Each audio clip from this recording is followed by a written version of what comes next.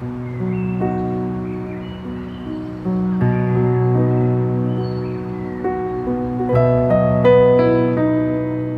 malam sebelum tidur. Dalam kitab Yesaya pasal 40 ayat 31 tertulis demikian. Tetapi orang-orang yang menanti-nantikan Tuhan mendapat kekuatan baru. Mereka seumpama raja wali yang naik terbang dengan kekuatan sayapnya. Mereka berlari dan tidak menjadi lesu. Mereka berjalan dan tidak menjadi lelah.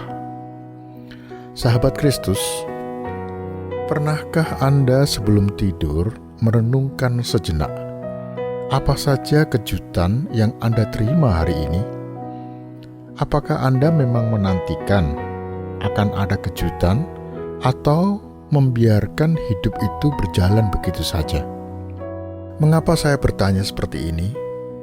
Karena menurut pengalaman saya, setiap hari adalah anugerah yang luar biasa dari Tuhan. Sayang sekali kalau dilalui begitu saja tanpa dimaknai apapun. Setiap pagi bagi saya merupakan kejutan.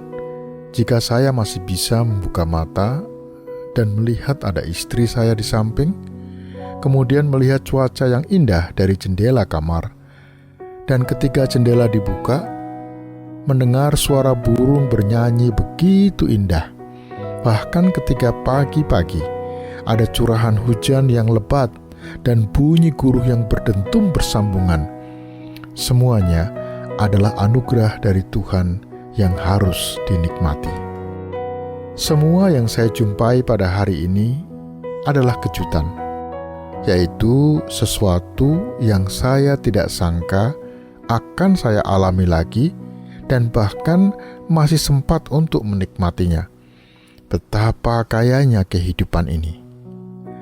Sahabat Tuhan, tidak ada yang dapat memastikan bahwa kita masih akan menjalani kehidupan pada hari ini.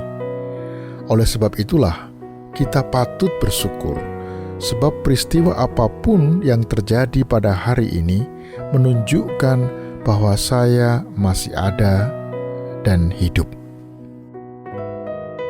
Sadarkah kita bahwa setiap hari menyimpan kejutan-kejutan atau hal-hal yang tak terduga? Namun kita hanya dapat menjumpainya kalau kita memang mengharapkannya. Janganlah takut mengalami kejutan-kejutan itu, baik yang datang sebagai yang mengembirakan maupun sebagai yang menyedihkan. Kejutan-kejutan itu akan membuka dan menyediakan suatu tempat atau ruangan yang baru dalam batin kita. Kita dapat mengajak sahabat-sahabat baru masuk ke dalam ruang batin, dan bersama mereka kita dapat semakin utuh menyadari serta mensyukurinya. Firman Tuhan ini diberitakan pada saat umat Israel berada di pembuangan. Umat dapat mengalami pembuangan sebagai sebuah hukuman dan penderitaan dalam kehidupan. Tetapi umat dapat juga melihat pembuangan sebagai berkat dari Tuhan. Nah, untuk mengetahui rahasia ini, kuncinya hanya satu, yaitu umat diminta untuk selalu menanti-nantikan Tuhan. Maka, umat akan dapat melihat apapun dalam kehidupan ini dengan mata Raja Wali, dengan pandangan yang multidimensi atau yang punya kemampuan melihat dari berbagai sisi atau dimensi. Sahabat Kristus, hanya dengan menanti-nantikan Tuhan, maka umat Israel akan mampu bertahan, karena mampu melihat dengan pandangan multidimensi. Hanya melihat dengan satu dimensi, orang tidak mampu melihat sisi lain dari kehidupan ini, yaitu sisi spiritual bersama Tuhan.